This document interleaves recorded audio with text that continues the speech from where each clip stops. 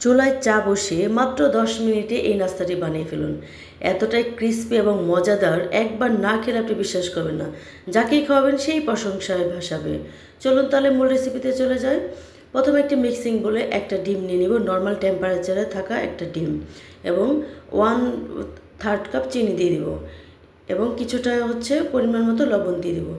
এবার এই তিনটা মিশ্রণ খুব ভালোভাবে মেশাতে হবে। আপনারা যদি ভিডিওটা শুরু করেন তাহলে অবশ্যই লাইক দিয়ে শুরু করবেন, অনুরোধ রইল। যদি পুরো ভিডিওটি ভালো লাগে অবশ্যই লাইক অ্যান্ড সাবস্ক্রাইব দুটোই করবেন। আপনারা যদি কেউ সাবস্ক্রাইব করেন তাহলে 24 ঘন্টা পর সাবস্ক্রাইব ব্যাক দিব, নাহলে আপনার চ্যানেলেও প্রবলেম হবে, আমার চ্যানেলেও প্রবলেম হবে। তারপরে হাফ চামচের মতো বা 1 চামচের মতো ভ্যানিলা এসেন্স দিব, যদি ডিমের গন্ধটা যদি না ভালো লাগে আপনাদের। তারপরে 1 কাপ সুজি দিব।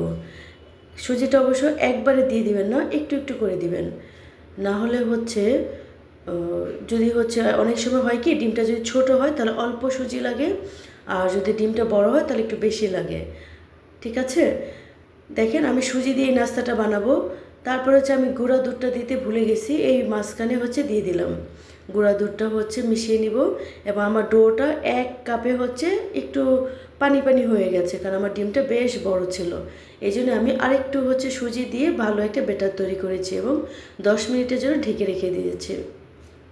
তারপর একটি প্যানে পরিমাণ মতো তেল দিব, এবং হাতে একটু তেল মেখে একটা চামচ দিয়ে সুজির ব্যাটারটা নিয়ে নেব।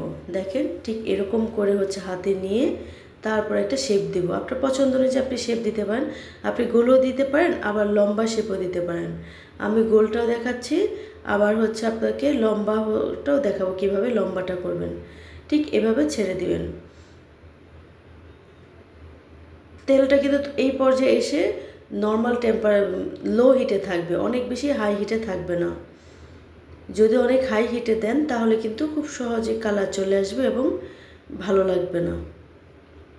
দেখেন ঠিক এরকম ভাজা ভাজা হয়ে গেলে, এক পাশ হয়ে গেলে এরকমভাবে উল্টিয়ে দেবেন। নাস্তাটি কিন্তু ভীষণ মজাদার, বিকালে স্ন্যাক্সে খুবই জমে ভালো, আর ছোটো বড়ো সবারই খুব পছন্দ, এবং খুবই ক্রিস্পি হয়। দেখেন একটা একটা করে উঠালাম, আর খুবই অল্প সময় বানানো যায়, মাত্র 10 মিনিট। চায়ের আগে এই নাস্তাটা হয়ে যাবে, যদি আপনি খুব দ্রুত বানাতে চান। প্রশংসা করবে, যাকেই খাওয়াবেন সেই বারবার বানানোর জন্য আবদার করবে। আপনাদের যদি ভিডিওটি ভালো লাগে অবশ্যই লাইক অ্যান্ড সাবস্ক্রাইব করবেন, যদি ইউটিউব থেকে দেখে থাকেন, আর যদি ফেসবুক থেকে দেখে থাকেন অবশ্যই ফলো দিয়ে পাশে থাকবেন, অনুরোধ রইল। এই পর্যন্ত যারা আমার ভিডিওটি দেখেছেন আপনাদের অসংখ্য ধন্যবাদ। দেখেন পরের ব্যাচে আরও বেজে নিলাম। আমার 1 কাপ সুজি দিয়ে অনেকগুলো এই নাস্তাটা হয়েছে, যেমন ক্রিস্পি তেমনই মজাদার। আপনারা কিন্তু অবশ্যই ভ্যানিলা এসেন্সটা দেওয়ার চেষ্টা করবেন।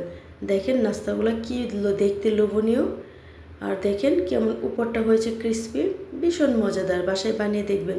ধন্যবাদ আপনাদের সবাইকে।